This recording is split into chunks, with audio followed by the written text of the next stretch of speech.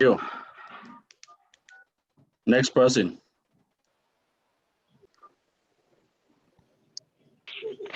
Good afternoon, fellow Pan-Africanists. I am Sekela Lesedi. I'm from Botswana. I'm the Director of Communications and Advertising, and I'm very glad to be amongst the company of fellow Africanists. I look forward to a very productive meeting. Thank you. Thank you. Next person, please. Let's try to keep one after the other so we can actually save time. Greetings, comrades. My name is Den Mochuma. I'm the Secretary for Media and Communication. I'm based in the Western Cape Province in Cape Town. I'm looking forward to a very successful and productive meeting today.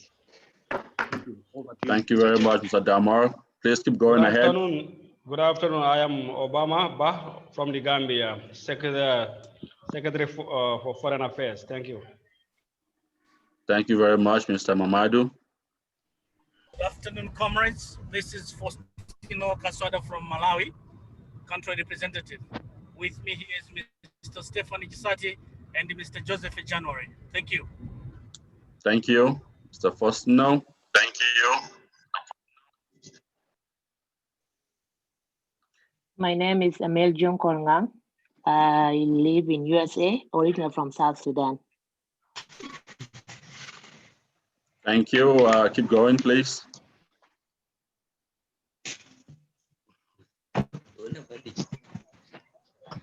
Good evening. My name is Wankumsum Konda, country representative, Zambia.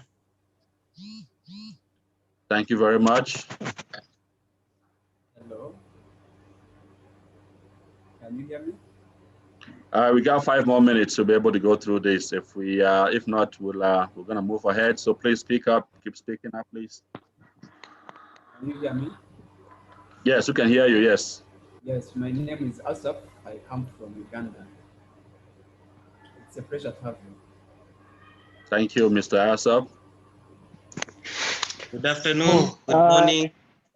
Good evening. Oh. Mr. Shadwick, go first.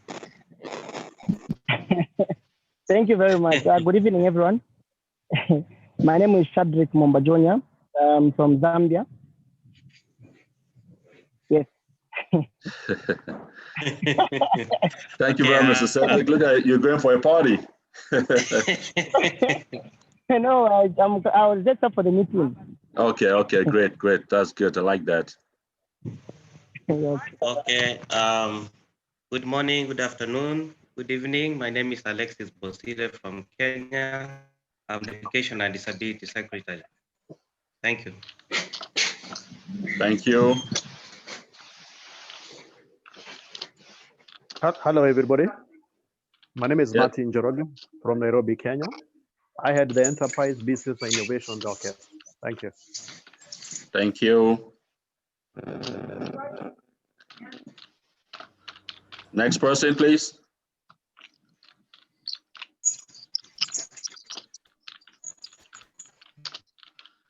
Mr. Tabo. Yeah, go ahead, Mr. Tabo. I know only your guy can get a good network. You could bring the cake for us?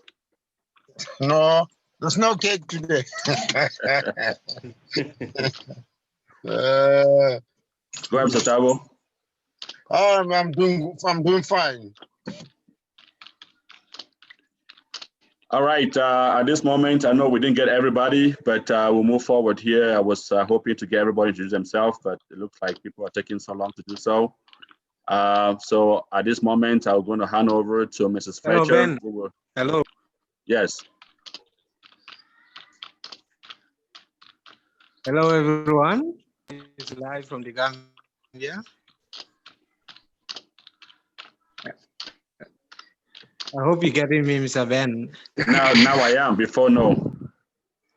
Oh, okay. All right, thank you. Thank you for letting me know. All right, nice to meet you all. I'm from Abdullah from the Gambia. Thank you very much, Mr. Abdullah. Yes, hello. Greetings, kings and queens of the sun.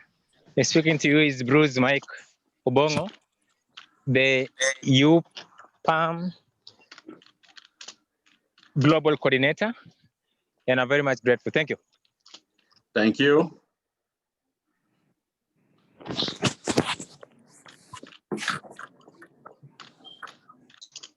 Anybody else? Hello, everyone. I'm Fatima Lewis from the US. I'm from Sierra Leone. Thank you, Ms. Fatima. All right, Mrs. Brenda, can you hear me?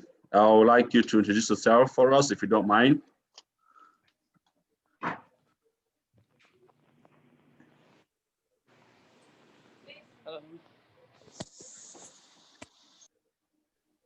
Mrs. Brenda, can you hear me?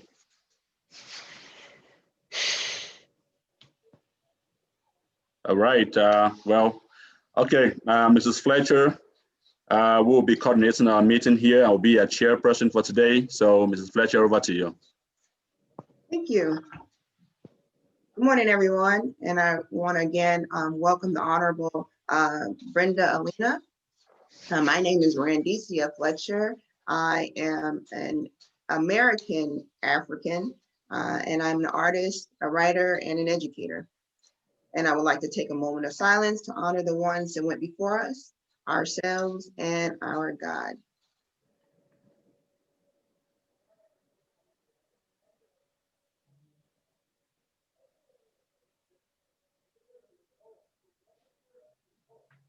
Thank you. Today we'll be talking about the economic systems, particularly for Africa. First, I would like to read a fable from Aesop for us to ponder before we move forward in this discussion. It's called The Cat and the Bell. A group of mice was sitting in a hayloft discussing the problem of the farmer's cat. With that cat around, it's not safe to step outside anymore, said one mouse. We need to find a way to tell when the cat's around and when she isn't, said another. Many plans were discussed and rejected. Finally, one mouse announced what he thought to be the perfect solution. The problem with the cat is that she's so quiet, said the mouse. What if we tie a small bell around her neck so that every time she moves, the bell will tinkle? That way, we'll always know where she is and she'll never be able to surprise us. Brilliant, said one mouse. Perfect, said another. What a wonderful plan, exclaimed the third. All agreed that putting a bell on the cat was the solution that everyone was looking for. When they finished congratulating one another, the oldest mouse spoke up. Putting a bell around the cat sounds like a good idea. But tell me, which one of us will do the job? And the moral of that is, it's easy to think of impossible solutions. Okay, so let's talk about a few definitions first. And if we're talking about economic systems, the first one, I'm going to give you a simple definition of capitalism. Capitalism, everything is privately owned by people and businesses. It's based upon supply and demand, and there's no central planning. For socialism, everything is run by the government, resources, labor, and land. It reduces the wealth disparities. And there's also social democracy. It has a socialist idea of the government, and the government takes care of the poor, but it's still in a capitalist framework. There's no perfect model. There's a disparity between the intent of the economic system versus the letter of the law. For capitalism, the intent was that everyone should be able to climb the financial ladder. For socialism, the intent was for everyone to have a share. However, through power hunger, greed, and exploitation, all systems are flawed. The cons for capitalism, it creates economic inequalities, it incentivizes imperialism, and it promotes war. The cons for socialism, it slows economic growth, it does not encourage entrepreneurial mindsets, and it doesn't give people the motivation to get more because there's no great rewards. What it boils down to is what we prefer. Again, it's easy to think of impossible solutions, and we've been considering the impossible solutions for hundreds of years. So please consider the pros and the cons of each system before asserting your opinion. The floor is now open for comments and discussion. Please raise your hand as you go. Thank you.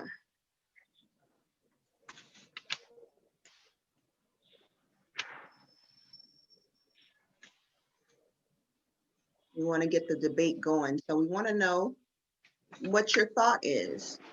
And there's definitely pros and cons for both sides or all sides. And if you have, we want to today talk about solutions and how to move forward in those solutions instead of just asserting the problem today. If you have a question, please raise your hand. Yes. Go Chairman? ahead. Yes, my question is this: why Africans are being affected by something that is not African origin, like this this system that we are talking about, this economic system that we're talking about, they are not Africans' own. So why are Africans affected by this? Because we need to know why, then we work out a solution. Well, I think we know the why. It's because of conquering and imperialism. We do understand the why. And so we're affected by when, just like for me to be here in America, my people came through West Africa to Louisiana here in America and to bring me here to Arizona or to California. Now I'm in Arizona. So we understand the process of what happened. We know the history of these things. And so, and that history, we know these things. How do we move out of it? How do we get the bell around the cat's neck now? And so it's, again, it's easy to talk about those things of what happened. We all know, I experienced injustice every day in America, but how can we move forward? What are some ideas to move forward?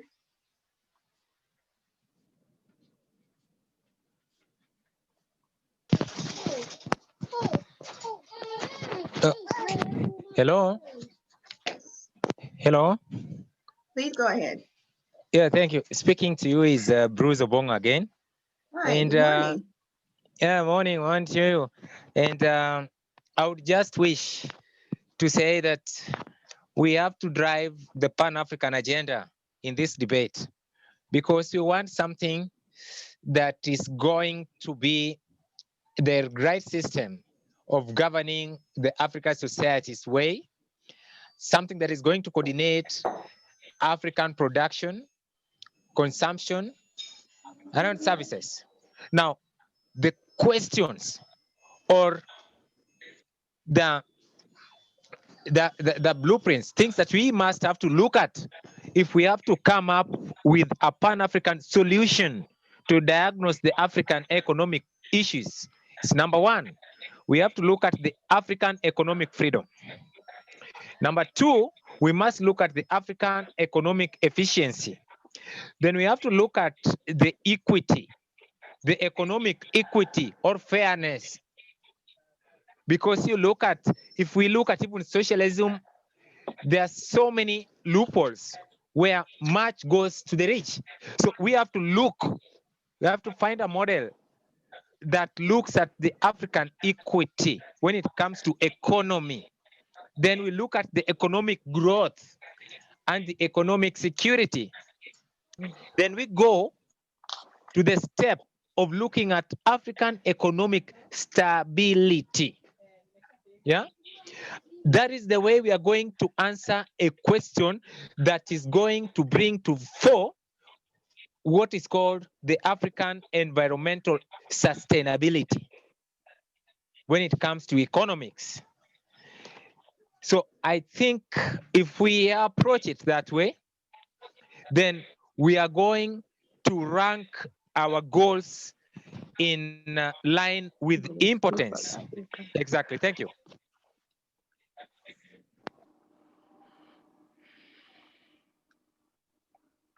Thank you. Thank you for your comment. And you're right, we do have to look at economic issues and freedom and efficiency and equity and economic growth and stability and security. And so I think we've been meeting for some time, and we've been talking about these issues, and a lot of them are documented and in the forefront of our minds. They're in many books on economics. But now with those things stated, what form of economic system do you think is best? So you outlined some of the issues. What I would like to challenge you, Mr. Bruce, is to provide a solution as well. What are some solutions that you see in place that would help solve these economic issues?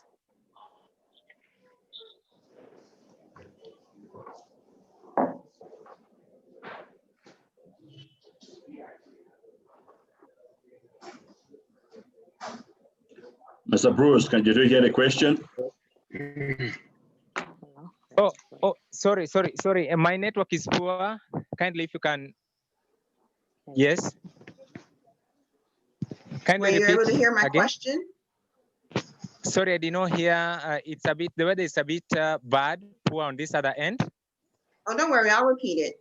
So I was saying that, and I appreciate your comment about the economic issues, about freedom and efficiency and equity, economic growth, security and stability. I also spoke about how these issues have been documented, they have been written about, and they have been discussed for many years now.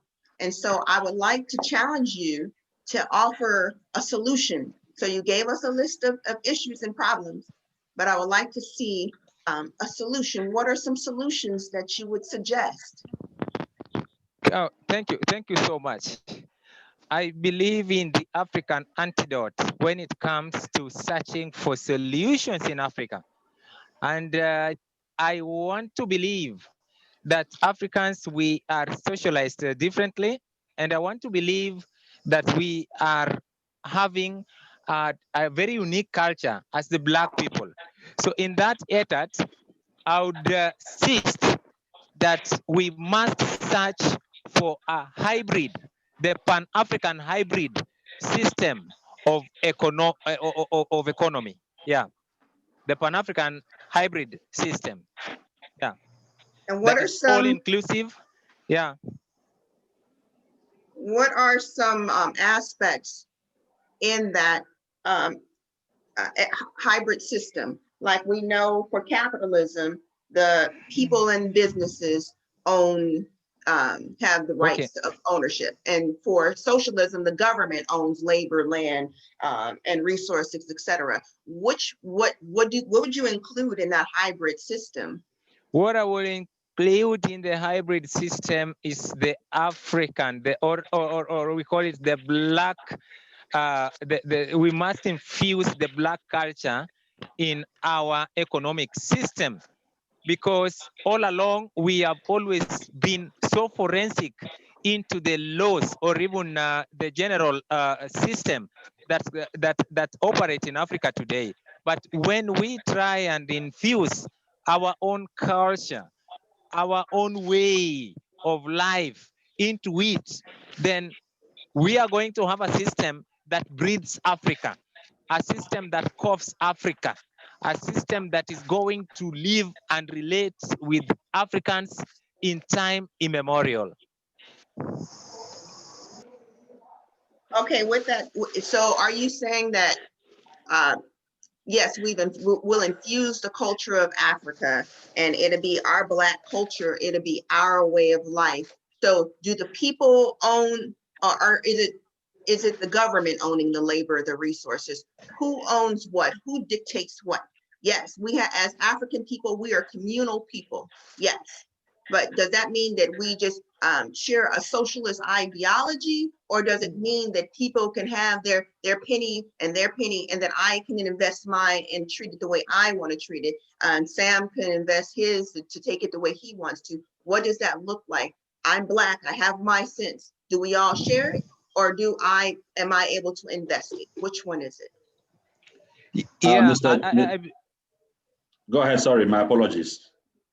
Yeah. Like right now, I want to believe my sister that we have a camaraderie of a round cycle of leaders in Africa today who are serving the wider interest.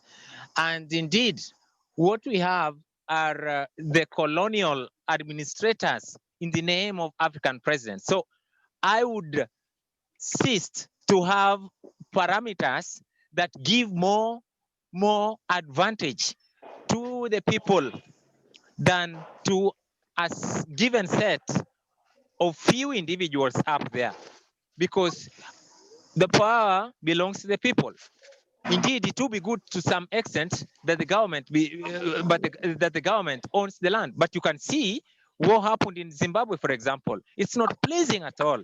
That's the reason why I do believe that more power on this must belong to the people until such a time we have the real leaders. In fact, Africa doesn't, socially, Africans, we are not programmed to have leaders. We are programmed to have elders, people of wisdom, the wisdom that we lack in the current leadership in Africa.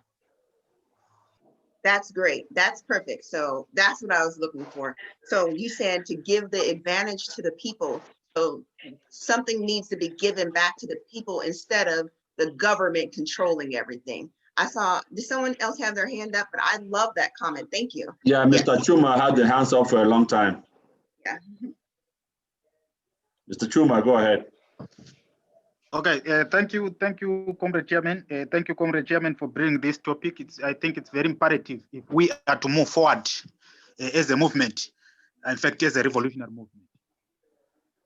The topic is very imperative, like what I've said, but I think on whether to take a socialist or a capitalist path, that is a bit tricky. I would suggest that we have to think outside the box.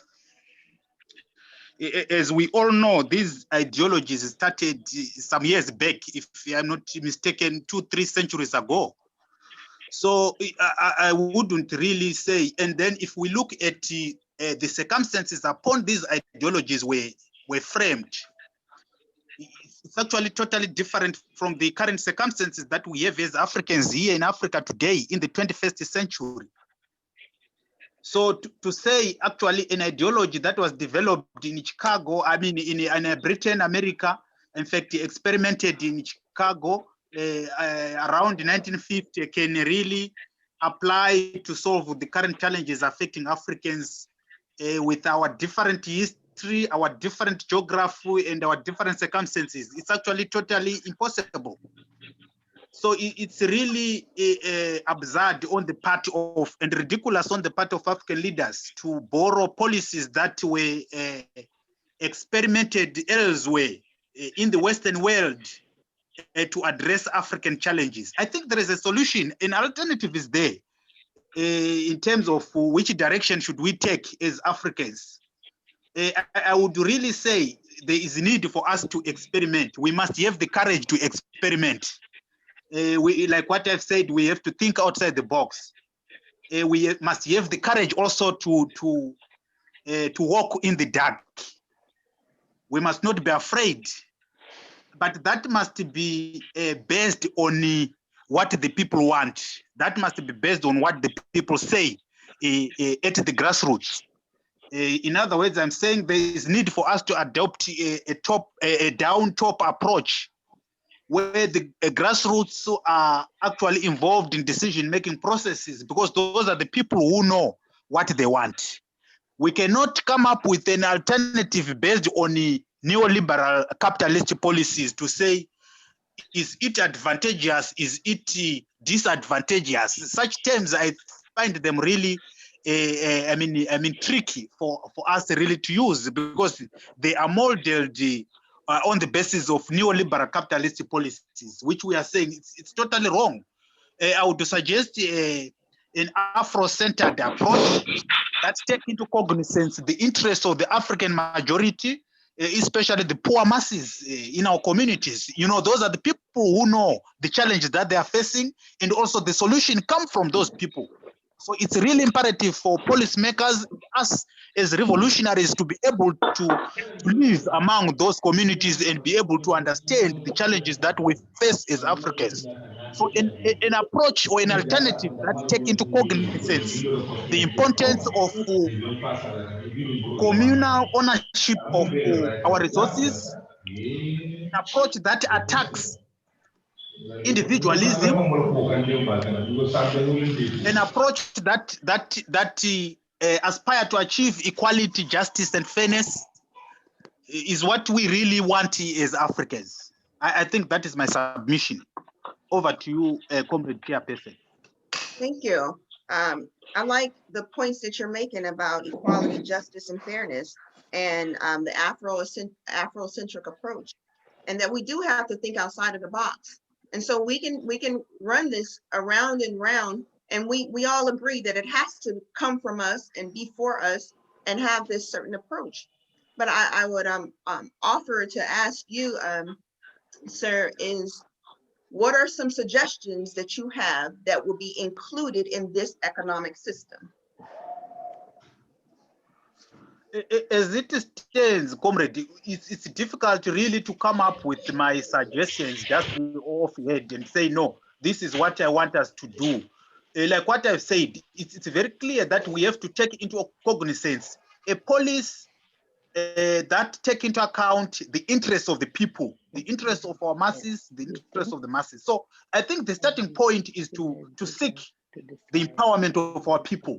If our people are empowered in decision-making processes, they can help us to give proper direction in terms of what we want to do or what we want to achieve. So in other words, I'm saying I will have to be very general, but really, I mean, in terms really specific in the sense that we are looking at a policy, or we are looking at an economic policy that promotes equality, that promotes justice, that promotes fairness, that directly attacks neoliberal economic policies, that says no to these ideologies. That is total against investment that only benefits the West or the East, you see. So the kind of investment must be an investment. I don't know whether it's proper to use the term investment, because this investment thing has never helped or in any way Africans. I appreciate what comrade from Uganda has just said, that, you know, the issue of investment is really tricky and it's disturbing, actually, you see. So I am leaving this to the house, that we must have a framework, and it is important that we come up with ideas, and we must be able to have the courage to walk in the dark.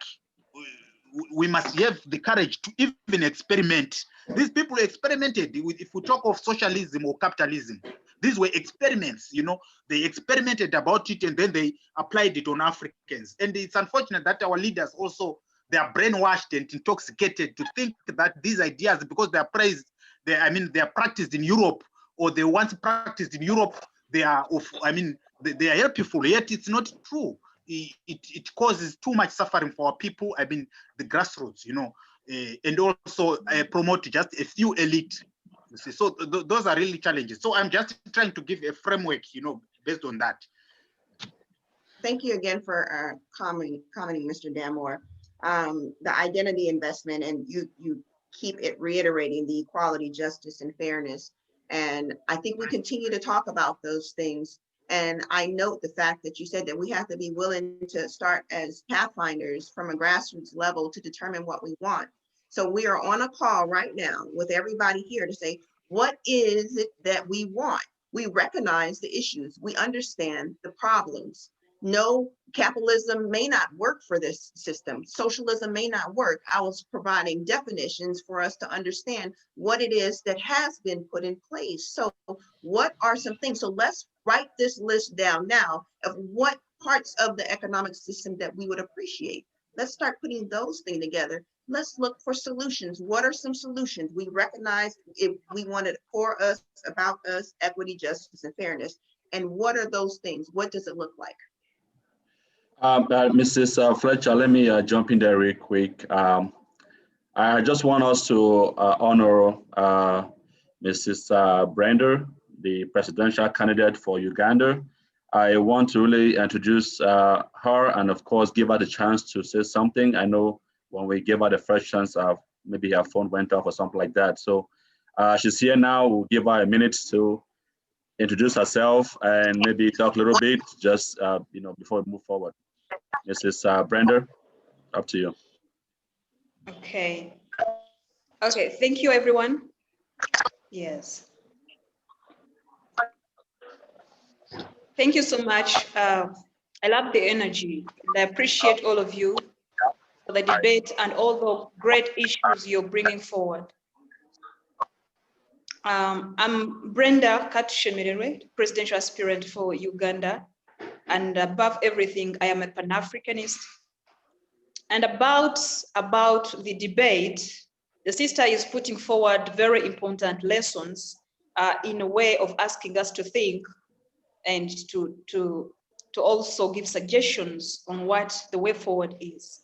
So I'm going to speak from my own perspective, the experience I have, and what I think is best for us. Those systems that we have been told, those systems we've been educated in, capitalism, socialism, do not apply to us. Of course, they are being forced on most of us. They are being forced in our systems. We are being also forced to live this kind of life. But if it was working, if it really was working, it would have worked. So what we see is the image we see on Africa world over is known that Africa is a failed continent, very poor, ignorant people. And every time they put images in the media, they tell you how poor Africa is. But then we should remember that these systems, capitalism and socialism, have been around for a long time. If they really worked for us, they would have worked long, long ago. But there is evidence they have not worked for us. They really have failed us.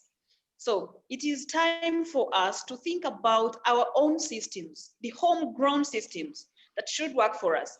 And every one of us knows that most of the problems we have in Africa are also perpetuated and supported by the leadership we have, the leadership that doesn't serve Africa's interests, the leaders that are never funded, that are never trained, that are never groomed by our own. We always leave our leaders to be supported, groomed, trained, and everything by other people, and then they come to lead us. So as a matter of fact, we all should know that these people that we call our leaders are our misleaders, because the people who sent them to us sent them so that they would supplicate us, they would make us weaker. So this is one thing we need to pay attention to. So before we can think about changing any systems, we need to find out who is going to change these systems. Is it the poor people? Is it the people who are suffering injustices? Is it the people who are in detentions? Is it the people who are imprisoned? It's definitely the leaders. So when we realize this, when we realize that it is the leaders that can change the systems, that can establish new systems, then we think about what leaders do we have? What leaders do we vote for? What leaders have we groomed? And then it takes me back to the main point, which I'm calling a solution for all of these things we are speaking about. We need to re-educate our people into Africanism. We need to get our people from Eurocentric thinking into the Afrocentric thinking.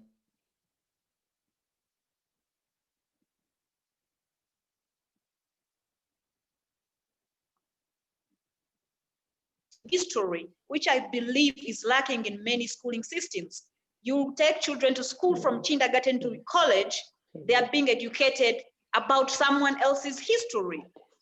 Once they do not know their history, they likely do not even know where they're going. They do not know about the future.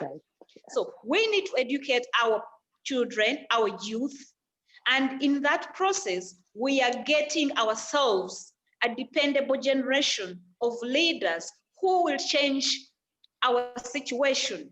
But right now, as we are speaking, the big people who have great ideas, especially Pan-Africanists, have all this time and space to discuss the great ideas. But they again forget they have the leaders in place who will not allow these ideas to manifest. They will keep blocking these ideas. You will even go to implement some of these projects and your leaders will stop you because the leaders are not our leaders. The leaders are the misleaders. So one of the solutions, and actually one of my priorities in my agenda, is to make sure we go back to educating our people, starting from the communities and then the nation. I talked about having centers in every community. For example, in my country, you'll find a church at every kilometer. You'll find a school at every kilometer. And the church and the school and these other political spaces is what is being used to perpetuate society. Our people are conditioned in subliminal ways that you don't easily notice, you don't easily see that this is how they are getting their mind, changing our society, training them, conditioning them. And then before we know it, we don't have our people. We have them physically, but in the mind, we do not have them. So the only way I think we can be helped is to make sure we also go back to the communities, to train our people ourselves. And by doing this, we are grooming the leaders who will help us to change these systems, who will allow and facilitate the process of emancipation, who will help us and facilitate the process of liberation. And this is the only game changer from my perspective. I thank every one of you, and I'm enjoying the debate. Thank you so much. Thank you so much. What powerful words. You talked about misleaders and how we've been groomed. Even here in the United States, we've been groomed in a capitalistic and socialistic systems, and we have to start from schooling our children and learning the history. So we have to grow these leaders in order to be able to put them in place. I love that. And as we're infusing our churches and our schools with a new Pan-Africanist ideology, I think changes will come. Thank you. Re-educate ourselves in Africanism. I love that. Thank you. We have some hands up still. PD?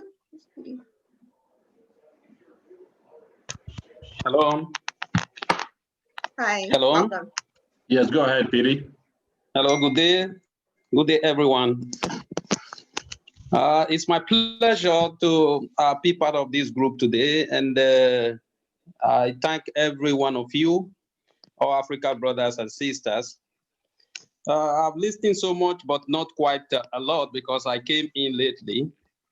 So I want to make a little contribution because I have already an appointment, but very brief. And before I proceed, I would like to thank Sister Brenda, who has suggested that we need our own economic system in Africa. And personally, I have a knowledge of economy. Until I studied economy, I thought economy was a nightmare that nobody could understand. So after having graduated with a master's degree in economics and finance, I realized that there is nothing actually in those books that we were given to read. There is nothing absolutely apart from calculation and calculation and calculation. But I believe after involving my personal idea or my personal instinct naturally built in by God in me, then I realized that we are being deceived to study a lot of books and without the real idea that will solve our problems in Africa economically. So what I understand is that in order for Africa to advance economically, it is not by being a professor of economics. That is not the solution. You might have few people who have this idea. Then the problem is that this idea that the professors, let's put it this way, the professor of economics, Africa professor of economics, this idea that they have, whether naturally or through education, obtained through education, how would they be able to transmit or transfer this idea to the ordinary Africans so that they work together in parallel? And this will be done, basically, it has to be built on Africans' mindset culturally. There should be some value that should be a kind of indoctrinated in the mindset of ordinary Africans that this is our goal. This is how we are going to gain our value, our human values. And this is how we work together in order for us to attain some positive economic goal. This is the only way we go about it. It is going to be indoctrinated, basically, in a simple term to the ordinary African that this is what we are going to do. As in ideology that is like an oath or a vow, a pledge that is going to pass through from one generation to others. It's going to be like history that we be taught to our children from this present generation to the next generation, and it's going to continue like that. It is just about physical effort and understanding, then collective awareness, collective oath to work together. And I understand that the economy go in parallel with politics, that our leaders need to be carried along in the process. If we don't carry them along, it is going to be very difficult before we attain this economic advancement, because they are being conditioned by the superpowers, and these conditions that are given to them are hindrances to Africa economic advancement. So this is it. Thank you. Thank you for your comment, PD. Hello, sister. Hello, sister.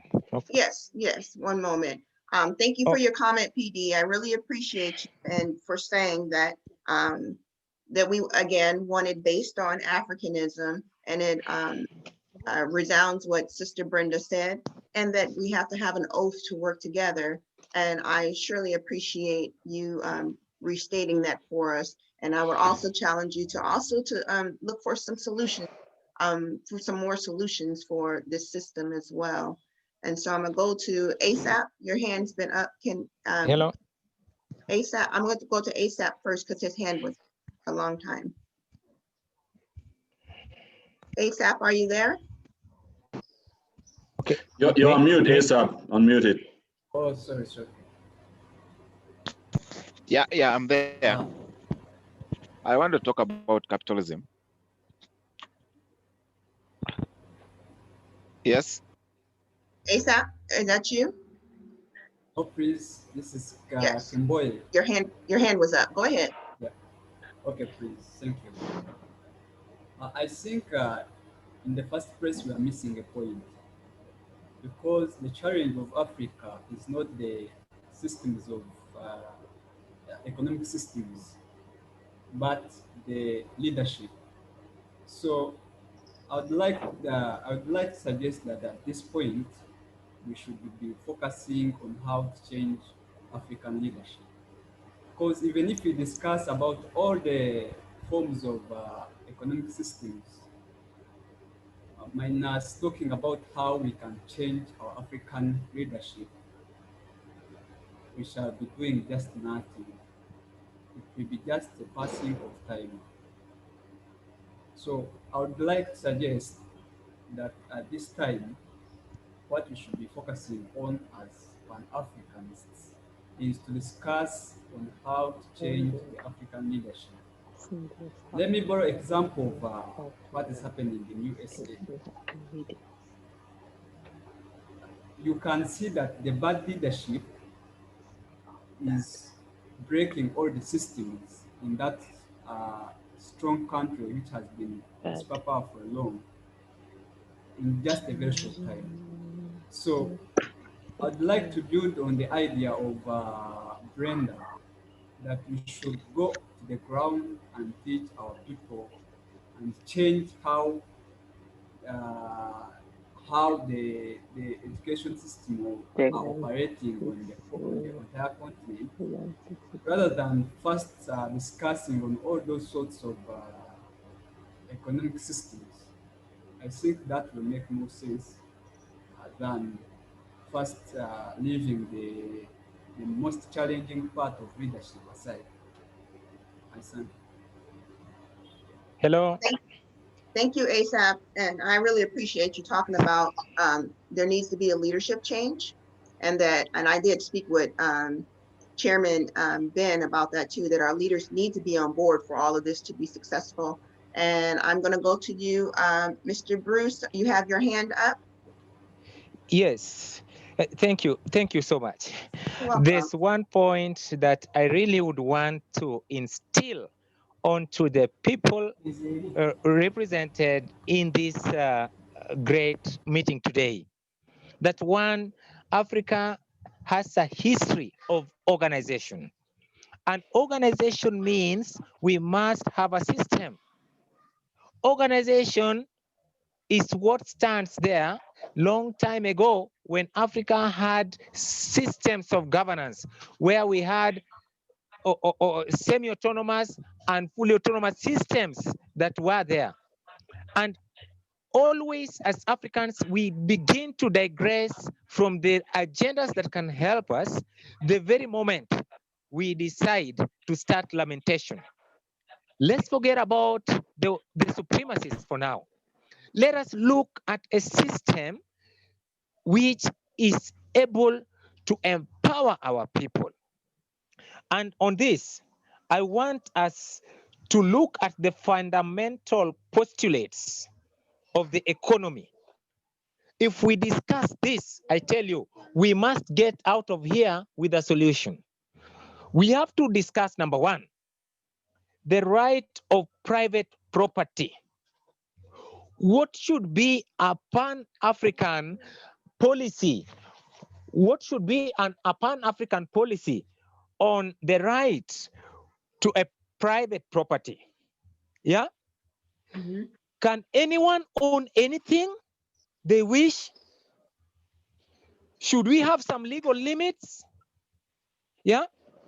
Should it be a complete freedom to own anything? We have to ask ourselves that question. The second thing we have to ask ourselves, if you want to get to a breakthrough in this debate, is the government intervention, right? Now, we have to look at the government intervention aspect. Do we really need to have a full government intervention, partial or very minimal intervention? Yeah. Then we also have to ask ourselves in that point that can we allow anybody who comes to Africa to produce anything they want? Do we have to allow anyone who comes to Africa to charge any amount of money in pricing?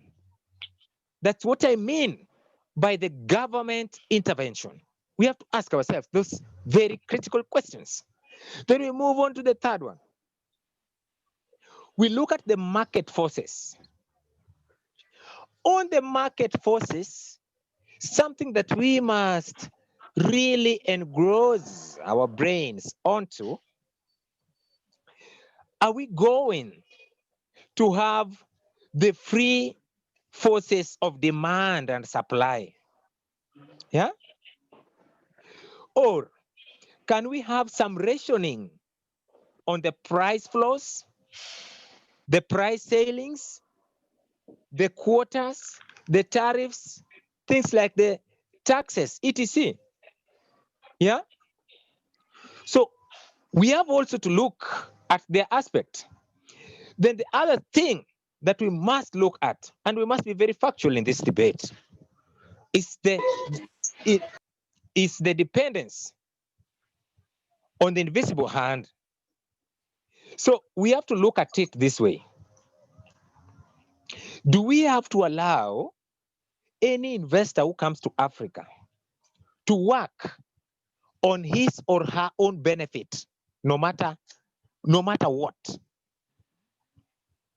We let them work on their own benefit, even if their actions are killing our people. The same way we have some Chinese doing some doing some activity in coal mining in the port of around Mombasa areas in Kenya. And if you look at that area, the coal mining has affected the area such that kids born in that area are seriously suffering from disability because of the environmental impact of the coal mining that is affecting even the human lives. So we have to look at it that way. The other point that we must look at is the choice in production. Should we have a system of economy where someone has got the outright freedom in production? Should we just leave people to do anything that they want? Should we just allow anyone to do anything they want in terms of production? Mr. Bruce? Because, yeah. I want to say thank you for what you're saying. I have some other hands up, but I want to kind of hit those points that you talked about.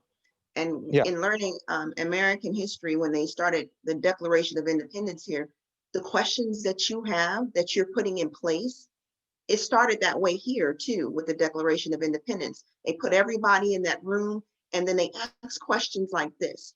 These are solutions. When we put them in this place right here, this is how we find solutions. So I'm very grateful for the things that you said, that the limits of freedoms, to right, who has the rights of private property? Do we need a full government? How much government intervention do we need? Can anyone come to Africa to produce what they want? What about the market force? Are we going to have a free force of supply and demand? What about our dependence on investors? Should there be choice in production? Should we allow people just to do what they want? And these are questions that we would put down to answer, to provide a relevant solution. We would give a vote on those things like yes and no. That's the way that we create this economic system. And then we indoctrinate it and teach it in the history from our kids. And then we instill it through whatever it means through the churches. I really appreciate the things that you said. I'm gonna go to the next hand. It's Sandy. I don't want to butcher your last name. Sandy Nyongesa. Did I say it? Nyongesa? It's just say Sandy. Hello. Thank you. Hello, can you hear me? Yes, good morning. Good morning for me, I'm sorry. Hello, can you hear me? Yes, go ahead. Yeah, I just wanted to say about the leadership. Hello? Yes, go ahead. I just wanted to contribute on what my brother said there about leadership. The Africans have to change how they elect the leaders in Africa for us to have leaders who have a African heart, who want to work for the African people. For instance, I come from Kenya, and what Kenyans do during election, they elect leaders on a tribal basis. They elect a leader who speaks the same language as they are speaking. So when we elect leaders on tribal basis, we end up having leaders who are incompetent and who lack integrity to work for the African people. Rather, they will rather work for the colonial powers. So I think the brother there said that we have to change the leadership in Africa is the best thing to start from. Changing leadership starts with ourselves. If I see a leader can perform, I should choose a leader from any other language or any other tribe like Tanzanians have done, and they are progressing. They are choosing leaders based on merit, not based on tribe. So if Africans will learn that we are all Africans, they will just lead us with the competence like Paul Kagame of Rwanda or like John Pombe Magufuli of Tanzania, who are really working for the people. But the rest of the African leaders are against the will of the people, and they are working for in the interest of the colonial masters and their allies. That is the problem. So thank you. That's my contribution. Thank you so much. And so what I put down in place is, there, again, we keep reiterating that there needs to be a change in leadership and a change in the way that we elect people. So it won't be based off of tribalism. And I agree with you that changing leadership starts with ourselves. We have to make the change within our own hearts and make sure that we're not full of, we have an introspective view. Am I power hungry? Am I selfish? What's inside of my own heart? I have to be changed before I want someone else to change, and then collectively we can change together. I would like to go to the next hand. That would be Keter Kimboy. You have your hand up. I may be saying your name weird. Yeah. Yeah, the hand is up. Thank you so much. You're welcome. I was having, I want to, yeah.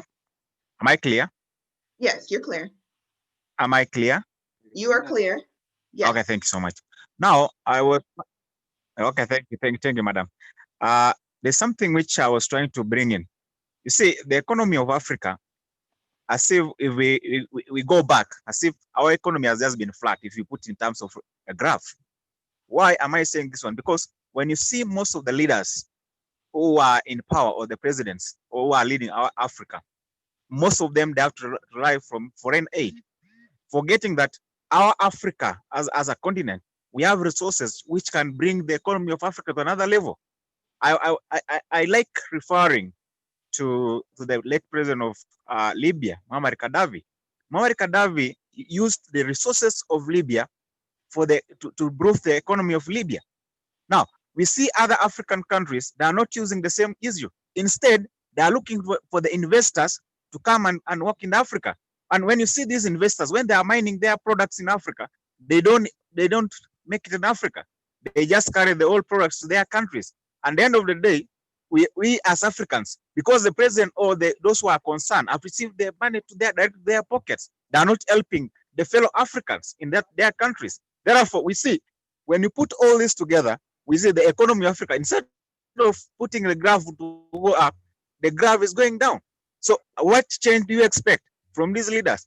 If we call an investor to come into Africa and use the same resources in Africa to improve the economy of Africa, it will be better. But if they're mining, like now, maybe go to Congo, where they are mining the gold, that gold is being carried when they are raw. They are not making from Africa. But if they will be used refining in Africa, in Congo, the economy of Congo could be another level. We have several countries in Africa who just have natural resources. Africa, we are blessed with.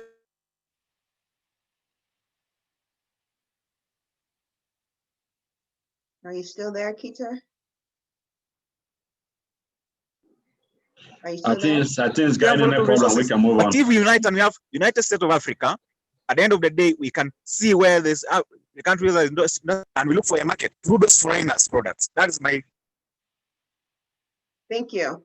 And so what I'm hearing you say is Africans are not helping Africans, and there's too much outsourcing. So if I were to turn that into a solution, we would say on our document that we need to make sure that we source internally and get things from our people, for us, by us. And I appreciate you saying that. Thank you. I'm going to my hands on the list. ASAP, you had another, I'm gonna go to Sekeli. Am I saying that right? I'm gonna go to you first. Yeah, thank you. Sekele. Yes, you're saying it right. That's fine. Thank you. Yeah. I just want to make a comment. Yes. I've been listening to the lovely comments here from fellow Pan-Africanists, my brothers and sisters, Sister Brenda, Brother Chuma, Brother PD, Brother ASAP, and others. I'll just give a small example from with Africa. Africa has problems and Africa needs solutions. And I believe those solutions have to be practical more than anything. Africa has a history. We can spend the whole day here talking of the history. We all know the history of Africa and its current problems, where we are in the present. So I believe we have to move from the present into the future with good solutions, with a good package of solutions. I'll just give a small example of my country, where I'm from. Botswana is just a small landlocked country. So when we got independence from the British in 1966, Botswana was one of the 25 most poorest countries in the world. So luckily enough, diamonds were discovered a year after independence, and it saw the economy growing rapidly year after year to become one of the top 10 growing economies in the world. So the country was able to transform itself from being very poor to a middle income status it is today, through a system of, I would say, social democracy, where there's capitalism, but the government would use some of those funds to provide things like free health, free education for the citizens. But however, in recent times, with all these global economic challenges, we've seen a lot of unemployment being a big problem for the system. However, that being said, with the outlook now for Africa, I believe Africa is one. We are all one. So I believe that we have to have a practical approach whereby we use our regional blocks. Like here in the South, we have SADC, there is the East African bloc, there's the Central African bloc, there's the West African bloc, and the Maghreb for North Africa. So I think these blocks, together with AU, they should drive these solutions from the ground up. If you look at what is happening now, I think we know of the Africa Free Trade Agreement, which was supposed to get in place this year. However, due to this COVID problems, it has been on hold.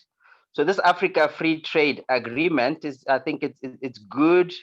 It could be a platform for providing a solution for all these problems, because the problems of Africa is poverty and unemployment. There is a lot of that. You go to anywhere in Africa, you see those two things staring right into your face. Those are the two main problems. So how do you address those? What's happening now? You have, like I've heard some of my brothers, you have a lot of these Chinese contractors coming in to do all these big national projects, like airports, roads, bridges, you name it. Of course, Africa needs infrastructure. You need infrastructure to develop. So I would say if this infrastructure could be done by Africans, or even those in the diaspora, if we have African companies that are capable, Black-owned companies that are capable, they should come into Africa and get those contracts. Because like my brothers and sisters have been saying, Africa is not poor. It's made to appear poor. It's very rich. It's actually the richest piece of real estate under the sun is Africa. So it's just made to appear poor because of the history. We were just being looted. So I think if now we can have everything being done by Africans for Africa, and the blocks, the regional blocks should get to work with the AU. I think that is what Pan-Africanism will get everything working. Because alternatively, yeah, we need infrastructure, we need jobs for our people, and we need to eliminate poverty. Everyone needs running water, everyone needs electricity, everyone needs Wi-Fi. So if we drive all these, every African should have Wi-Fi, should have running water, should have electricity at their home, and all the guns go quiet. I think Africa can be a very beautiful place. So I'd say the approach should be that the blocks, the SADC, the East Africa, the West Africa, the Central Africa, the North Africa, with AU, through this Africa free trade. I think this Africa free trade, I think it's a big opportunity for Pan-Africanism ideals, because it's what brings Africa together. That makes Africa the biggest trading bloc in the world once it goes effective. So that's the power of Pan-Africanism, and everything that can be the foundation for all this. I think I'll just hold it there and just let other speakers make comments. Thank you. I thank you for giving an example of social democracy in Botswana. And I thank you for also mentioning the African Free Trade Agreement. And I just wanted to read to the group. The agreement initially requires members to remove tariffs from 90% of goods, allowing free access to commodities, goods, and services across the continent. The United Nations Economic Commission for Africa estimates that the agreement will boost intra-African trade by 52% by 2020. So that was a good information, and I really appreciate you mentioning the African Free Trade Agreement, which is very important. And I'm going down the list. Hello. Stephen Amachi, Chris Sati, you had your hand up, Stephen. Yeah, thank you very much. I would like to appreciate all my brothers and all the sisters who have contributed before me. We have a big problem here in Africa because the challenges, they're not like we can't solve them, but what I look at is there's too much greedy, and we are just selfish somewhere there. So if we can learn from the other economies, it's like they have allowed love to lead. For those of us maybe who are people of faith, like maybe you go to church or we attend the mosque, you can understand that the whole concept about God is centered on love. And all along, like Africa, we have missed the focal point that God is love. So the corruption that we have, or the selfishness that we have, everything is centered on ourselves, that we don't have love for each other, and we have kept on lying to each other at all hierarchy, or at all levels. You can see that our leaders, even when they are campaigning, they're not faithful enough. They can't even deliver. Just like all my brothers have said, Africa is blessed. We don't have any reason why we should be called poorest in this world, because most of all these raw resources, they are coming from Africa. Just like if we can continue to look at what natural resources we have been given, starting from the sun, you can see that German only has got 3 hours of sunshine, but it's able to generate more than 5,000 megawatts of solar power. But in Africa, what we do is to complain that we have too much sunlight. So we haven't been faithful to each other. We haven't been helping each other in most of these things. So the mindset change part of it, coming together part of it, like how we used to be before the white man came into Africa. There was love. We could sleep at anyone's house with a food trust. You could travel to anywhere with a food trust. But right now, a person living maybe in South Africa, a fellow African, will be the one doing some harm to another person. Like when you are in UK, it will be someone from Africa reporting you to the police that you don't have the right documents.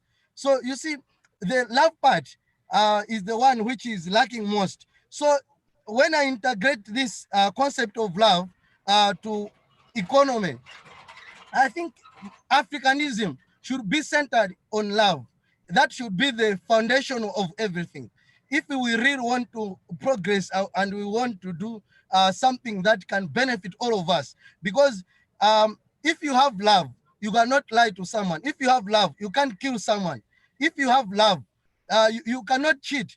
If you have love, you cannot be selfish. So the love part is the one which I can say that if it can be put into practice, not just go and read the Bible or something like that, because maybe sometimes we think that maybe the Bible is for the white man. No, the white man is the one who stole the Bible from Africa, because all these other kings like King David, Solomon, that history is centered in here in Africa. And that's why Africa, you can see that the richest man was from Mali, the Musa. So we are on the right path. But if we continue to allow this white man to read us and also to cheat us on most of these things, we will remain poor. We need to define ourselves and move forward, whereby we try to come up with something, the foundation. We can allow like love to be our currency, to be the center of our being, the center of our religion. Whatever we do, we should be so faithful enough in ourselves, and we need to stick to that love. I think by that we can continue to go somewhere. So maybe my president here, Faustino, can just add a few. Thank you very much for allowing me to talk to fellow comrades here. I'll just be brief. I think Africa now needs to agree on one thing. Africa must stop exporting raw materials. Africa must start importing finished goods to wheresoever these things are needed. I heard from some other people here saying, we are reaching mineral resources, but where is it that we're taking our mineral resources to? They are being taken from Africa, going somewhere as raw materials. Africa must now agree, whosoever needs our resources must process them here. We must export finished goods. I was traveling to Mozambique, Beira the other day. I was shocked to see how much timber is moving out of Mozambique to China. And China is producing furniture there, exporting it back to Africa. What kind of nonsense is this? In Malawi here, we had carrot. Thank you so much. You know, there are several documentaries on Netflix right now talking about the exporting of goods from Africa, particularly the trees, and just cutting down the forest. And yes, we do need to stop exporting our raw materials and importing the finished goods. That is definitely a point taken that we should be able to put in our document as solutions for the economic system that we would like to put in place. And Brother Stefan, I would like to note that, yes, we do need to have love. And one of my favorite terminologies is liquid love, and that is within me for everyone else. And those are the things that I usually write about. And the image that I have behind me is called Chana's Consciousness, and it talks about, the image is about love. So yes, if we can love our neighbors as ourselves, I think we'll be going somewhere, and then we're not killing each other along the way.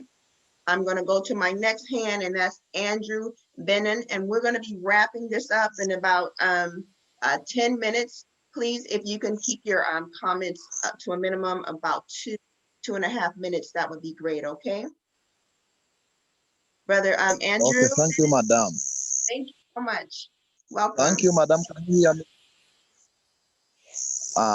First of all,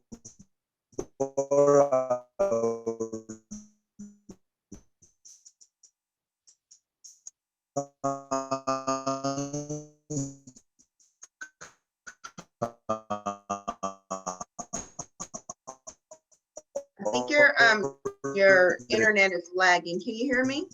Can you hear me? We're going to go to the next person. Start from right now. And Mr. Chairperson, Mr. Mbako, hello. Yes, we can hear you now. Okay. I'm going to go to Sunday again, please. You have your hand up. Hello, I think I raised the earlier time. Okay, thank you. Hello. Okay, thank you. I'm gonna put your hand down, okay? Okay. Thank you so much. And what about Mr. Bruce? You had another comment. I know that you wanted to jump in there. Oh, thank you. Thank you so much. Yes. Well, I would just wish to put my fellow brothers and sisters in this meeting on a point of order, please. Okay. Because one, we cannot be speaking and demonizing African leaders as if African leaders were born and raised on top of trees. These are people who are raised in our societies. These are people who represent our own ills that we do here. I'm very much grateful that right now we have the presidential candidate of Uganda. And same applies to all those other corrupt leaders. We always have deliberations with them in such like meetings. But they go ahead and do advance their own interests. We cannot be here speaking about philosophy, and lamentations. We all know that Africa has got a very raw deal. And we cannot forget our own share of the blame. As we convene here, we are all Pan-Africanists.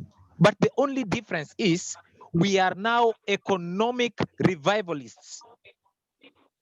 We want to answer the question as to why Nigeria borrowed around 5 billion US dollars and has today paid 16 billion US dollars and still owes 28 billion US dollars in a country that regrettably 7 million children are suffering from the ravages of hunger.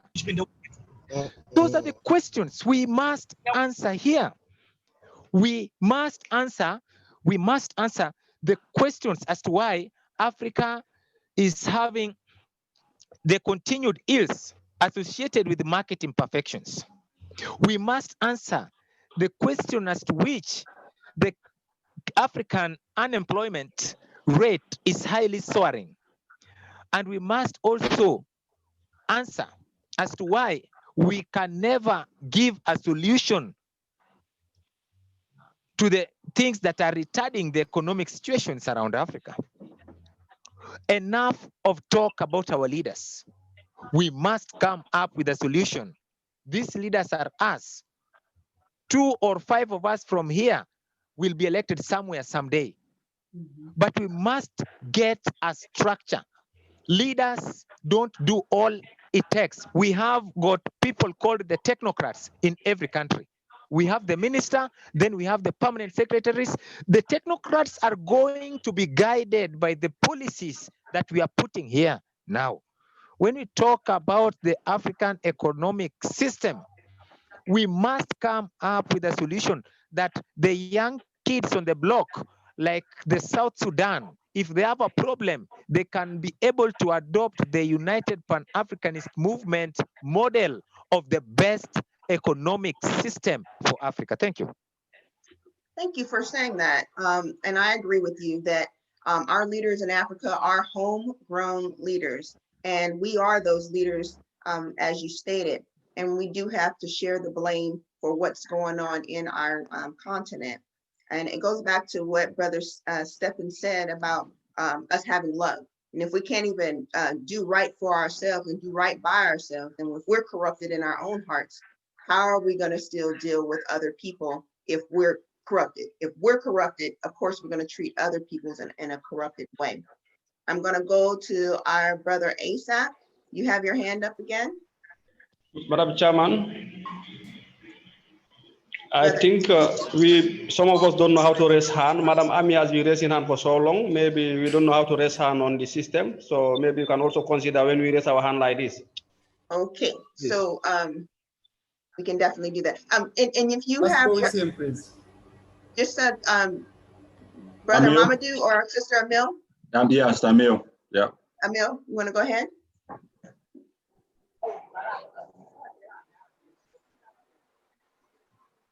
You're on mute, Emil.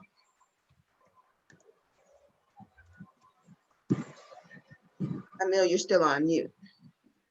Ben, can you take her off mute, please? I can, yeah. Can you hear me? Yes, we can hear you. Yeah, we can hear you. Go ahead. Yeah. Okay. Hello, everybody. The topic is really great to discuss by us, but it is not great to determine by us alone as a UPAM, because UPAM, we are like less than 1% of the whole continent of Africa. This is the beginning of what I want to say. Let me just put the point. I want to add first in the leaders before I go to the other points. You know, I want to add when those guys spoke about the leadership, and the leadership in Africa, like our leaders, they have their own system, and it varies from country to country. First of all, they will stay in that government for like 30 years. 30 years and there's no change. 29 years and there's no change. So there is no system actually to guide them how long they could stay in that government, but they will stay as long as they want before the people are really tired to ask them to overthrow them. They could stay even for life if we don't speak. So this is the first problem of our leadership.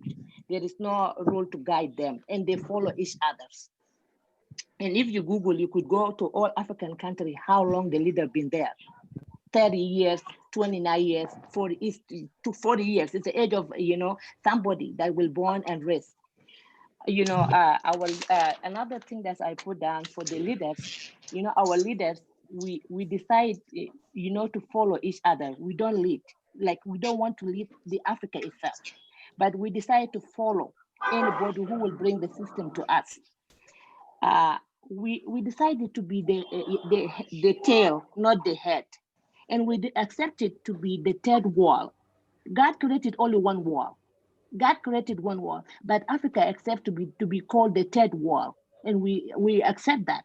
So the leaders accept a lot of things, and Africa themselves, we accept all these things. We never say, no, we are not the third wall, because there is only one wall, but we accept to be the third wall. What the qualification, what will different the first wall from the second wall and the third wall?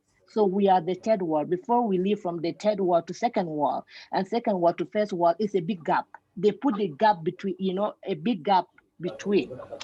African leaders themselves, they make the continent of Africa. The continent of Africa, we are not poor. We are the richest continent in Africa, on the earth. And we are the ones supplying, making the other country to be better. But we, the leader of Africa, and we African, the way we've been accepted things, we accept to be aid dependent, not self-dependent. We are aid dependent. We like to ask for things. We like to take things, and we refuse to say, no, we could be self-independent. We could be self-independent because we are the one who have all these natural resources. But we still think that what we have is not enough for us, and we are waiting for help from to go and borrow money. We're going and wait for the UN to bring something to our country. What UN been, UN itself, it will bring only food and clothes. Since UN start helping Africa, what kind of change that Africa had from the UN or any other country that they are helping Africa? Nothing. So we cannot make a change unless we accept our fault, and we sit down with our leaders to talk together and come up with a solution. Thank Let you, me go Emil. back. Yeah, I have more. Let me go back, because when is the Just debate? take about 15 more seconds, because we have some other hands up. 15 more seconds. So then I can't talk, because when we are doing debate, we have to take the thing out, the old point out, or we can't talk. So you can give the chance to somebody else, and we may continue next time, because what I have is more than that, and it's a debate. So when it's a debate, we have to put everything down. So Okay, I go can give ahead. somebody a chance. Yeah, Okay. let me give somebody else a chance. I'm gonna go to Mamadou, and I'm gonna come right back to you, okay? Okay. Okay, Mamadou. Yeah, he's good. He didn't have anything. He was just advocating for Emil. No, Okay, no, go ahead, Emil. I actually have something, but then we can do that later. Thank you. Okay. Or I can go ahead, you mean? Yes, go ahead. Go ahead. Anyway, this is just 1 minute. All I want to African to understand, we already have our signature. Anywhere you see an African, you know it's an African. Our economy also have to bear the African signature. We have to create an environment that bear our own economic system. So unless we have our own market, our own e-commerce that African cherish, we cannot move. We need to have our own system, and then we cannot have our system if we don't understand our environment. And we cannot understand our environment if we don't understand our history. So we have to go back to our history, understand our history and African, and then there we can move as a people. Thank you. Thank you, Mamadou.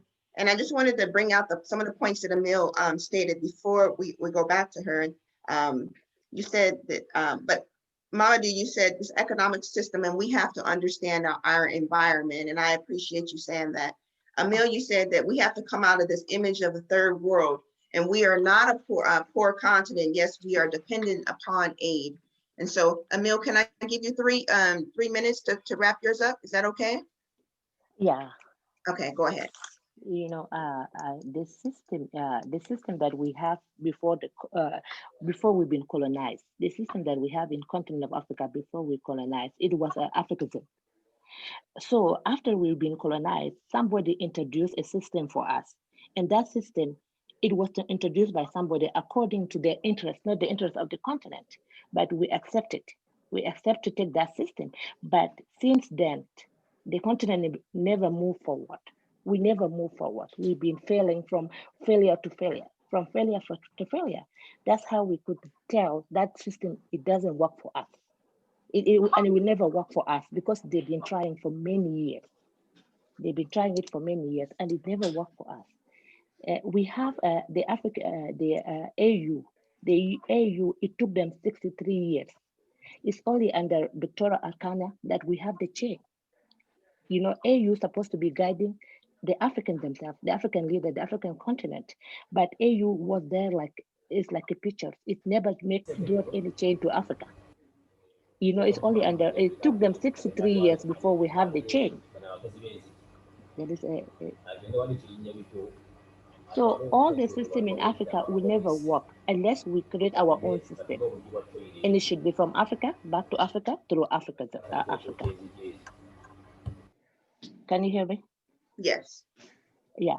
So the system that will work for Africa is from Africa, by Africa, through Africa. And the system that was there before the colonialism, before we've been colonized, that's the system that was working. And that's the system that we should take back to work for Africa. You know, our leaders, they change the country from the public to the familism.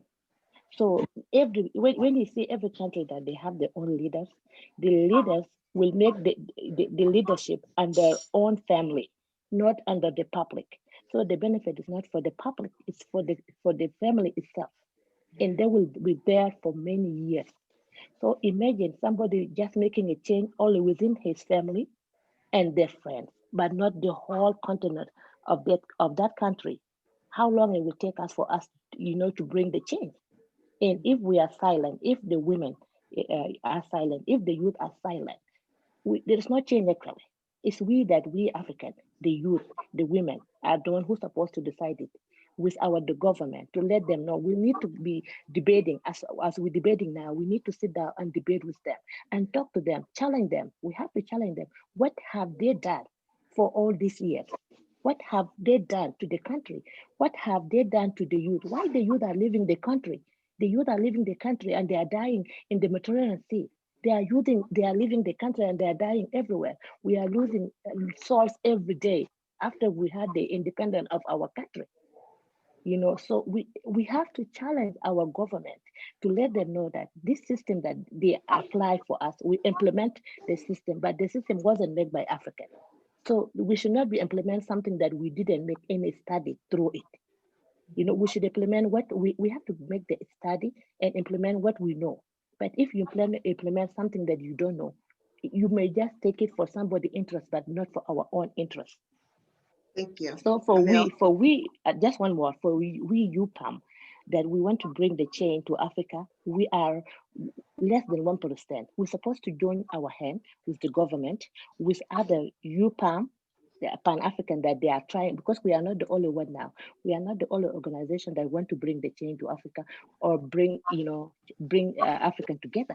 So we need to get to anybody, any organization before we decided before we debate this thing really. We need to listen to everybody, to the country itself, because if you are not in somebody's shoes, you cannot make a great judgment.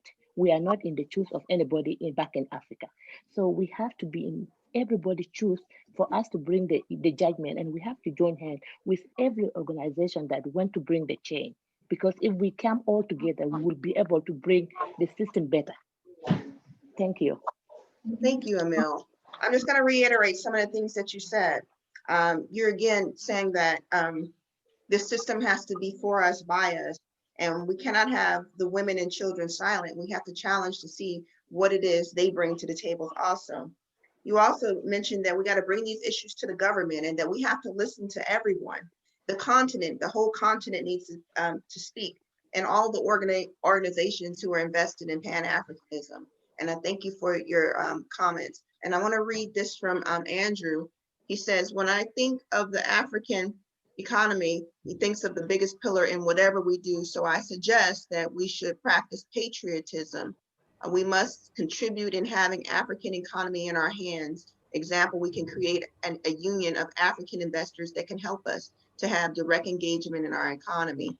We can promote African investors. And when I say this, I think we can create a program, African Science and Technology Development Program, that should help us in our law materials and bring new things on the market.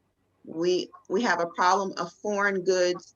And when I think of this, he said boycott for foreign goods, and there's a hashtag, but we don't have replacements. So when we engage in the investing in the industry, we shall have everything to replace foreign products, and we boycott them. He says, thank you. And then Martin says, I suggest we advocate for elimination of foreign aid, which has suppressed critical thinking about homegrown solutions to our problem.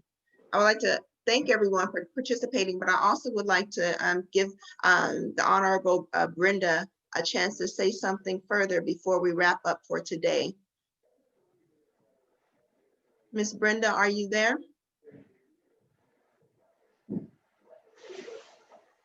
Ms. Brenda, are you there? Okay, I'm gonna come back to her right before we, and then, oh, Ms. Brenda Yes, says, really appreciate and yes. Hear me? Yes, ma'am. Okay, Yes, if you can hear me, then I will say this. I thank you everyone, and I would like to also contribute to one of the people that wrote a comment saying we should eliminate foreign aid. I think that's powerful for me and for the people who understand how foreign aid is killing Africa. So I would like to say this of African leadership before we can wind up. Africa's leadership is not our leadership. So I'm really sounding this for the second time. Africa's leadership is the leadership of the people who put these governments in place and have these agents, administrators of the governments in place to keep enslaving Africans. So it's our job and it's our role to make sure we find a way to do away with these governments, to do away with these systems, and to establish our own systems. I will again give this example. In Rwanda, in the 1994, after the genocide, they introduced a traditional system of the justice, and it was called Gacaca. There were very many conflicts past the genocide. And before the government was brought back in place, very many conflicts were solved by the Gacaca system of the judiciary. So you find that it was very effective, more than the judicial system we have in place currently. So if anyone really thinks our systems of Africa cannot work, they need to think again, because there is evidence that our systems work. This is why I'm still saying we need to do away with these governments, the judicial, parliament, and executive systems that were introduced by the colonialists, because they do not serve us at all. Thank you, everyone. Thank you, Honorable Brenda. Alina, we really appreciate you being here today, and we appreciate your words and how you reiterated to us that our own economic systems work the best. And we appreciate everyone for being here today, for contributing to this debate. We do want to end on time today. There is something further in the chat. It says, Abdul Aziz, he said, I would like to suggest that we think about humanity and define our economic system. Emil, can you take 30 seconds for me, please? Yeah, it's only one thing that I forgot to add. You know, in Africa, we have a great leaders that they are no longer. We have Omar Gaddafi, any leader that try to bring the change in Africa and bring the good system that will work for Africa, they will get rid of it. They will get rid of that leader. So this is what we have to look, that's how we should look back to see that there is a problem that we are facing. Because like we have Thomas Shirello, the guy did a lot to his country, but at the end of the day, he was betrayed by his friend who was bought by the same people who brought the system. So we should be careful and we should understand that that system that they forced on us, they want the system to be there. Any leaders that will bring a change, they will get rid of that leaders. But if you want to follow their system, then there's no problem. That's why we youth and women need to step in and say, no, enough is enough. The whole continent need to step in. If we don't step in, it's going to be the same. How many people they got rid after? Look how long it took them to kill Gaddafi. They just killed the guy after how many years, and he make a change. Look at Thomas Tudelo, how long it took them, and they got rid of him.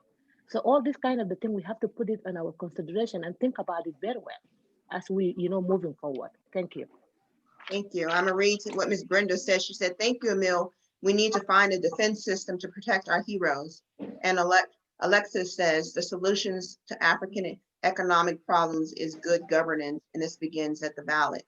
The problem is not the leaders, but the voters. We need to look at the best of the best, as Sandy put it earlier, and not elect leaders based on our emotions. And again, I would like to thank everyone for coming today to this debate. And everything that you have contributed has been valuable and is taken. And we honor everyone for taking the time out of their Sunday to spend time with us today. Ben, back to you. I want to thank you all very much for being here today. I want to thank Honorable Brenda for being with us and participating and contributing. That shows a very great Pan-Africanism in you and all your contributions. Very, very, it's very delighted, and I really appreciate it, especially you being a leader, coming in as a leader in Uganda. And this is what we need, people like you in the chair. So to be able to change the system as beginning from one point to the other. So I believe if you were elected president today in Uganda, you'll make a great change in Uganda, and why not, move on to the next country. So I believe I want to consider all of your points raised here today. Unfortunately, we cannot end the debate today. It's a long debate. And I want to also consider most of the points that were raised here. So basically, especially in inviting more other Pan-African groups. So we'll look into another day where we can invite more other groups, more other people to come share with us how we can define our system. So right now, if based on our contribution, everybody is against the foreign system, which includes the most popular capitalism, socialist, and then some people talk about economics, mixed market, and all of that stuff. So we will have to define our own, and to define that, it needs a great multitude of people, knowledge, and we are dealing with 1.4, 1.5 billion people around the world. So we need more than 100, 200, 1,000, and many more contributions. So it's going to be a long time to be able to define our own system. We want to define a system that will benefit the African people. Actually, before we move forward, I want to, ask if anybody have any question for Honorable Brenda. As far as the campaign is concerned, the election. If not, I'll just conclude here, and then we can go forward. Anybody, especially those in Uganda. Yeah, go ahead, Mamadou. Yes, Honorable, thank you. And I know I and Mr. Ben and the chair lady will join you in celebrating your party very soon, your victory party in Uganda. What do you have for the young people in Uganda? Because I understand network is a challenge and young people cannot do their life without internet. What is your package for the young people in Uganda?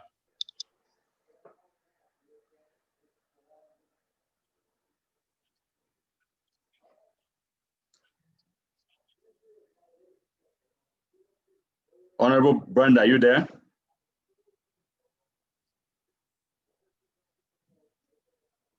Sina, she unmute herself, but I can't really hear. Okay. The package I have for young people in Uganda, I know you were talking about the youth.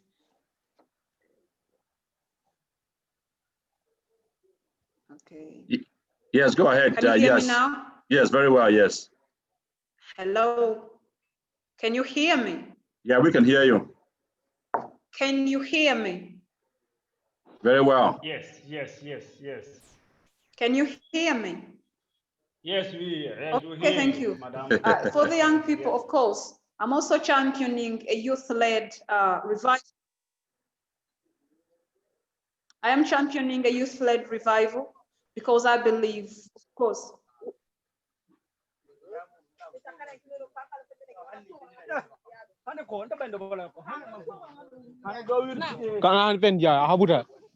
so I'm saying I am leading the youth, and I'm also trying to empower the youth.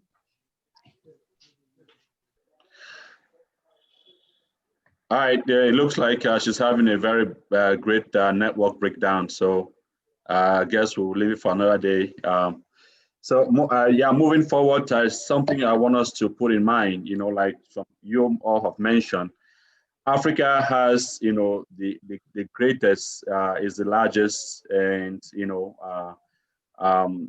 economic, basically, supplier or trade partner in the world. So that is out of, we cannot debate that. Is the largest trade, partners in the world.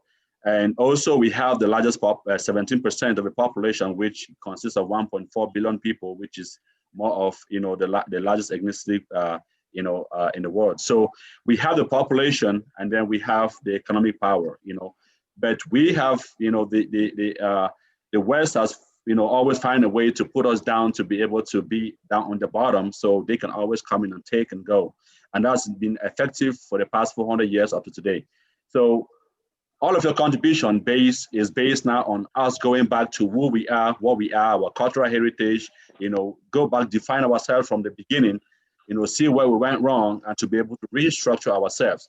We have people talking about trying to create, development, centers where we can be able to bring our scientists, our engineers together to start building and manufacturing stuff and create our own infrastructures, which are all very good. So most of these things we're all going to debate again in the next future. I don't want to keep your time wasting here. So, but the few things I want to mention here right now to to create, as I was discussing yesterday with the ADGG group yesterday. It's the African Diaspora for Good Governance. It's a political group in the United States for Black people. In the continent, well, here in the United States, and people that migrate from Africa. So people that are actually in the political system consist of senators, representatives, mayors, and so on. And in that meeting, we also had Arakina Chimbure, who used to be a former AU ambassador to the United States. So we were all in that meeting yesterday, and we talked about great things, how we can be able to unite people, beginning from where you are. So this change has to begin from you, you and I has to begin to change. And how do we begin to change? We have to unite ourselves. How do we unite ourselves? We have to support each other. We have to respect each other. We have to unite our neighborhood, from our neighborhood to our villages, to our cities, to our countries. So we have to get rid of the tribes, these tribal wars we have, with one another. We have to try to go past the tribal war we have. We have to go past and say, you are from this region, I'm from this region, and so on. We have to be able to come together. We have to be able to unite our country, our villages, our community. When we do that, we can unite one country to the next, Uganda, Kenya, Zambia, Nigeria, Cameroon, and so on and so forth, can all reunite and start working together. When people can come together, the change happen. When we cannot come together, the change can never happen. We have to elect the right leader. Like we've listened to Honorable Brenda here, we have to be able to advocate for her so that people in Uganda can be able to vote for her. When you have a change of a shift of government, of leadership, there's also a big change can happen. You see the big change that happened in the United States, just in 4 years of Trump being in the presidency, there's been a lot of big change in the United States, and that's what happened. When you elect new leaders, there's always a change. It could be bad change, it could be a good change, but there's always got to be a change. So we have to be able to put the ballot, go ahead, encourage people to vote, have people to register to vote. Very important. And also we have to create our own system. Creating our own system, we have to look at what is best for the African people. That we all agree here that we are not going to encourage the foreign policy. We are not going to we have to discourage the foreign aid in Africa. We have to discourage of bringing foreign finished goods in Africa. We have to create our own. So define our system. It's going to help us a lot in different areas. Like I always say, unity is the key to our success. If we can unite and work together, we can be able to achieve these goals. For us to have this change in Africa, we cannot go into war. We have to think. We have to use our brain, think outside the box. We have to stop greed. Greed has always is something that was also introduced to us by by the West. Through politics, greed and corruption. Those are our politics. We have to push the politics aside and work for the benefit of African people. It's very, very important we acknowledge all of these things and be able to work with them. So we have to blame ourselves. We all have failed, not just the leaders, but us as young people, as both old and young, rich and poor. We all have completely failed. Whether you are in a leadership position or you are just a follower, we all have failed. We should accept the fact that we have failed. And by accepting our failure, we can start working together by making the changes on where I failed. I can make the change on where I failed. And if every one of us can be able to make those changes, we can unite. And when we unite, we raise our voice, we start implementing policies. We can implement policies by us that can favor us. And the government, they're either going to come with us or they can go without us. But one thing I can assure you is that they can never win the population, because the population outsource the government, and the government are there to listen to the people. If we cannot tell them what we need, they will listen to the West. It's simple as that. So we have to make sure that they can listen to us because they are there for us. And the only way we can do that is through coming up with our ideas, putting policies in place that we can all share with them. When we share those things in place, we enforce them, we'll make the change that we need. And I want to thank you all for being part of it today. I believe that Mrs. Fletcher and the team will work for another day, and we can also have more people here, more Pan-African leaders. They're going to come into this meeting so we can talk more on how we can create our system. So right now we've known that we cannot use the foreign system. Now creating our system will need all of this group of people to come together on what can we do to create this system. I want to thank you all very much for being part of us today. And I hope that we can all work together. Please, if you have any questions, concerns, if you need more contributions, you can get to one of our leaders here, and we'll be able to listen to you and we'll be able to move forward together. Thank you for being here today, and have a good weekend. Have a good week ahead of you, and also may God bless you all.